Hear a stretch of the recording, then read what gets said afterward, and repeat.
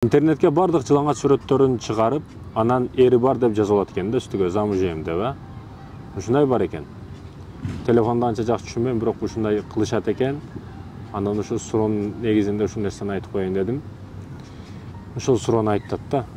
Ошентип жазып алат. Бардык жылаңач бул нерсе кандай каралат? Бул нерсе жаман каралат. Бардык жылаңач сүрөттөрүн чыгарып, анан эри бар деп. Бул эри кандай эри мен түшүнбөйм.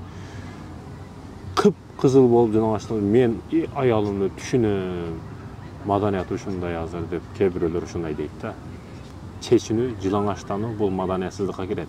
Билип алыңлар, урматтуу эркектер. Ошондуктан мен ойлойм, ошо артындагы эркек жакшы эмес да. Эгер эркек жакшына ки, жакшына жүр десе, ал аял баш эле ийет.